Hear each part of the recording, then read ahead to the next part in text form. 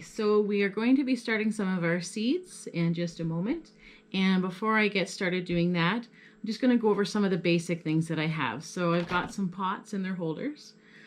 We've got soil, one of my go-to soils that I use every year for starting seedlings. I've got my planting journal. So I'll write down what I plant today, what varieties, and these little multi-purpose labels. I get them from the dollar store. And so what I do is if I have certain tomato plants, because I plant a lot of different varieties.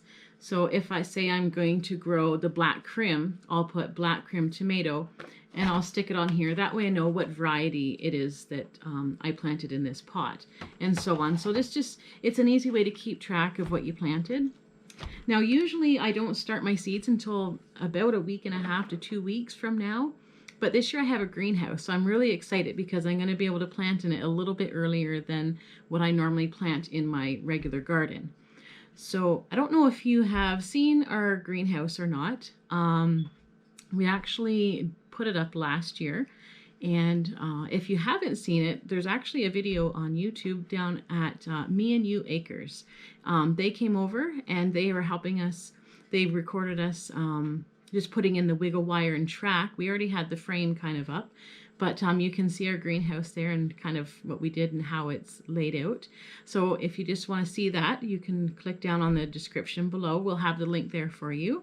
And don't forget to subscribe to them as well. They got a lot of really great stuff.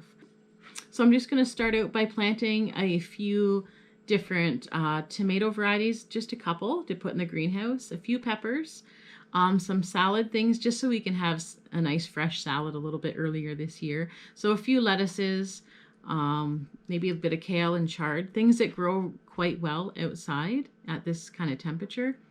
My husband actually built last year a raised bed for me. I plant in the ground typically. I'm not a big raised bed kind of fan because they dry out a bit more than just if you plant them in the ground. So he built me one specifically so that I can plant in it a little bit earlier. So I'm excited to have that this year too. And it's in kind of a shady place, so it's going to be really good to put the lettuce fixings in there. So I'm going to plant some of that so I can get them out in the raised bed, and hopefully we can start having green salads, fresh ones from the garden shortly.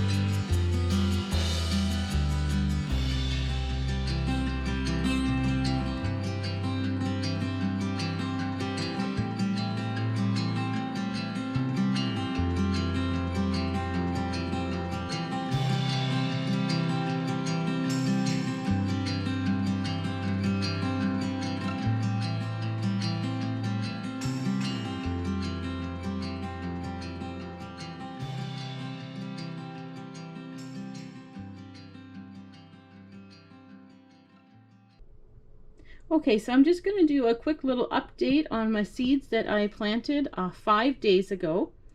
And I have some things coming up and I'm very excited. It's exciting to see the first little sprouts coming up. So I don't know if you can see because it might be a bit blurry, but I've got 3 little seedlings. There's one right here coming up. And this is my tomato. This is my Sun Gold cherry tomato, which I'm really excited about. They are delicious. So I've got 3 of them coming up. I also have a pink Brandywine coming up. There's one in this one. It's right here. And I've got a purple Cherokee in this one coming up, which is right here. You can't really see it on the camera. And then I have one pepper, which I thought was a bit unusual because peppers typically take a little bit longer unless I accidentally dropped a random seed in here. But I'm just going to wait and see what this is. But it's a little seedling. You can kind of see it. So I'm very excited. 5 days and I have that many up already. So the pepper, they came from, it's a YOLO Wonder Sweet red pepper.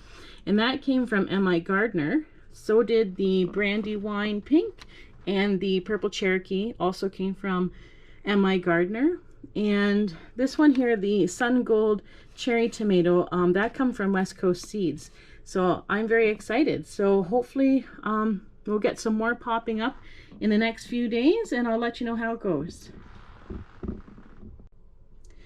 Okay, so I'm just so it's day 5, and I'm just going to water them for the first time since I planted them. So I just wanted to give you a little tip on what I do. I do kind of let them, I don't let them dry out, but they're not soaking wet. But I can put my hand here. I do get a couple little pieces of soil on my hand, but it's not wet, like my hand's not wet. So I typically let them get to a point where they're not dried out, but they do need to be watered. I don't like to water them too often. Even when they're larger, just kind of let them get to a point where they're not dried out, but they're not like soaking wet. So like I said, it's been 5 days. I've had them under the grow lights, and now is the first time I'm watering them. Now you go by your soil, like you want it to be cold, kind of not soaking wet to touch, but there's a little bit of crumbs on my hands, but my hands aren't wet. And that's what I like to do. The reason why I like to do that is because when plants are watered frequently, they're going to get used to being watered frequently. And when I go to my garden, I don't water frequently. So I'm trying to make these hardy for when times when like we don't have a whole lot of rain and things like that.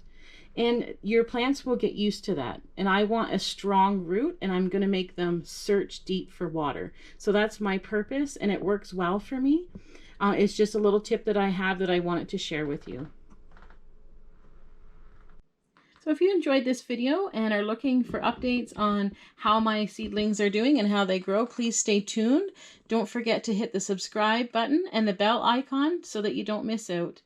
And if you enjoy gardening with me and want to see the end results, be sure to follow, because I'm going to hopefully show you the steps on how I transplant and different things like that, just to kind of give you an idea of what I do here at Plowman's Backyard.